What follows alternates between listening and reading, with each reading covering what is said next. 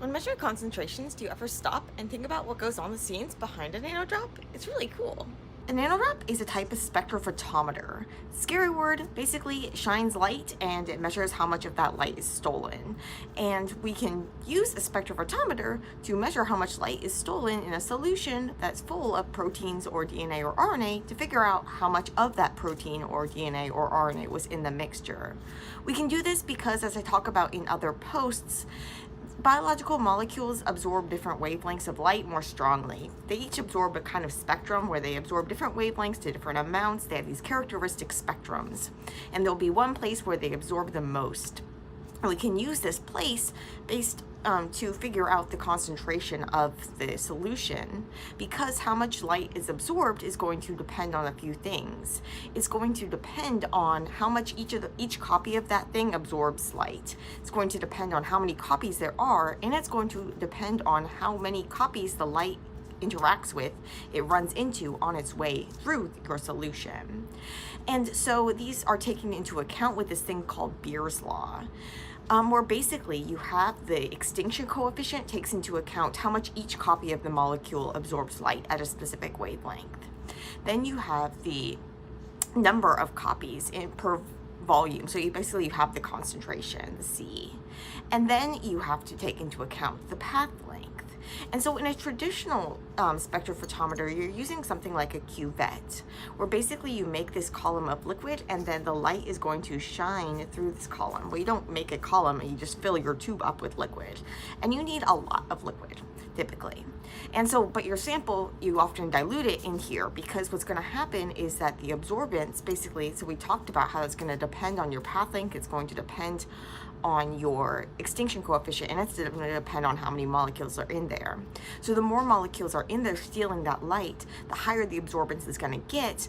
And if you have a fixed path length like one of these, then what's going to happen is it's going to oversaturate the detector and you're not going to be able to get an accurate reading. In a nanodrop, however, what it does is it actually changes its column length automatically in order to adjust for the concentration of your sample, so it can take a wide range of samples and you don't have to actually dilute your sample. And so it's really awesome. But where is the column in a nanodrop?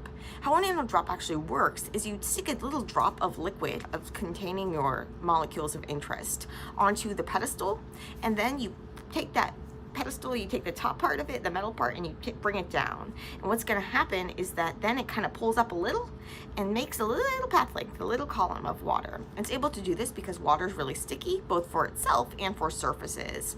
And so you get adhesion, where it basically sticks to the surface, those metal parts on the top and the bottom, and then it sticks to itself. So you have adhesion where the water molecules are sticking to other water molecules. And so when it's stuck to the bottom and it's stuck to the top and it pulls up a little, you get this column. And so you get this column, and then the light shines through the top. So instead of shining through the side like in a cuvette, it's actually going to shine down from the top. And then you have your detector below that's going to measure how much of that light is stolen. And so the nanodrop, you have this variable path length, which can make things really complicated if you were to go and try to calculate the concentration based on Beer's law. But another nice thing about the nanodrop is it actually converts the path length, so it shows you the absorbance as if the path length were 1 centimeter, which is the typical length. So 1 centimeter is the same as 10 millimeters, so you might see it written both ways. The nanodrop, even though the actual path length is going to be smaller, it's going to adjust that, and so it will just read out as if it was you took the reading from a normal cuvette spectrophotometer. But so with a nanodrop, it's really great that you're using really tiny volumes, and so somewhere between 1 and 2 microliters. But it's also can be a little less accurate, so there are more accurate methods you could use even with a tiny little sample, such as a qubit that uses fluorescent molecules that bind to DNA or RNA or protein. There's different kits for different ones. But for the nanodrop, it's really great that you only need a tiny bit of sample, but beware that it's not the most accurate, especially if you're at low concentrations. So don't trust especially the ratios of 260 to 280 and that sort of thing if you're at really low concentrations. Once you concentrate your sample a little, that'll become more accurate. So I'm talking about 260 to 280 and this sort of thing.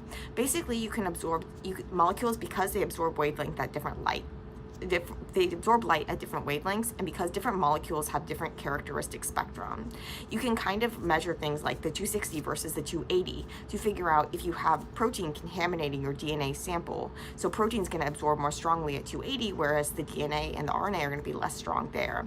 So you can get these ratios of things where you kind of get more information about the purity, as well as getting information about the concentration where you're using that fixed wavelength. And so much more on this in other posts that I will link to. But today I just wanted to tell you about the coolness that goes on in the NanoDrop. And so you have that drop, you put it down, it pulls up, and it pulls up to the right length so that it doesn't saturate the receptor. It figures out the right path length, but then it converts it in its software and stuff so that you see the path length as if it were just taken from a normal cuvette. What can happen though is that column might not form very well. This can happen if you don't have enough liquid, or if your liquid has a lot of things that are acting as surfactants or surface acting agents. So these would be things like detergents that basically they're going to interrupt all those water-water interactions that you need in order to make that column. And so if you're interrupting those, it's going to be harder to make the column. Also, if you have like a bunch of protein and things in there, it's going to kind of make it harder too, because you're breaking up the water molecules and interactions. One way that you can, with the protein, is to like pipette more. And so typically for you're using 1 to 2 microliters typically for a NanoDrop. I would, with protein, I always do like, if I can, I do try to do like 1.5 to 2 microliters, a little more than I would use. With the DNA or RNA, I would do a lower amount. You have less of the problem with it like breaking up the water.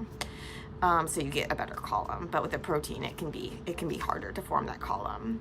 Also, be careful when you're putting the drop on that it actually goes onto the pedestal on the hole where the light's going through and detecting. And so I always like check after I pipette it on that there's no bubbles and that it's right over the sensor. So sometimes when you're pipetting, you can kind of like accidentally push it off. Make sure the drop is right on top of the hole. And be sure to blink it. So do a sample without your solution, but with all the background stuff, your buffer and everything beforehand.